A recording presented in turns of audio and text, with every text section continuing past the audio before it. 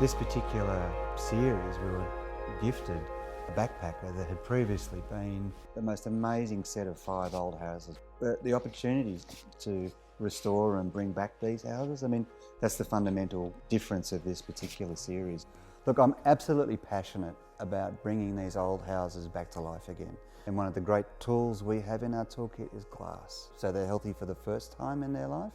They'll be healthy, and we're giving a great legacy back to future generations by giving them a healthy house that's performing thermally and on a whole host of levels, but let's just say amenity for outdoor, indoor, outdoor living, natural light. It's perfect, and I'm so passionate about the idea of the on-the-ground application of passive solar design. Glass is a fantastic product when we start to talk about sustainability, and we're trying to make it so that we're cutting and towing a line that's livable in terms of environmentally sustainable design practices. How do you get light in? This courtyard behind me, like that's a critical component of any terrace housing solution. So we bring light in here. Courtyard, voids, skylights, stairwells that are open. These techniques, these things create a really interesting dynamic and a really interesting solution. Giving it another 150 years of life, kind of exploding the building from the inside out and bringing this beautiful outside in. So, you know, from wherever you look now, the rooms have natural light, have natural ventilation, have a sense of sculpture, a sense of play. Even though they are a terrace house typology, each one of these has a different interpretation of that access to this northern light. We're being clever about it in this particular series by trapping natural light. We're bringing natural light into the building, north light, ventilation, the whole bit, and it's just such an extraordinary device to use.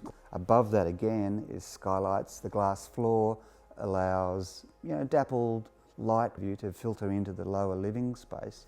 The main winner in terms of the glass is Viridian's light bridge, and we're using double glazing wherever we can. That product is by far and away our star in the show, and I think one of the interesting things we do with these architecture is pull the buildings apart. The interesting thing for us as the background architects, if you like, helping these contestants, is what we're putting back is kind of almost invisible.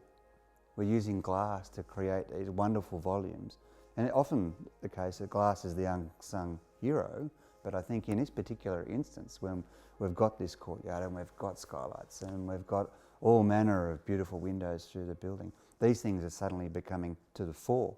You know, whereas glass is essentially a window, you look out to something. I think what we're creating is really an interesting effect.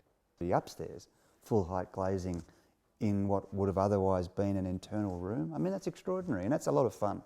So that's one of the surprises, if you like, that, wow, it did work. And I mean, we do the studies, we assume it's going to work, but then to actually see it in the flesh, it's a great moment.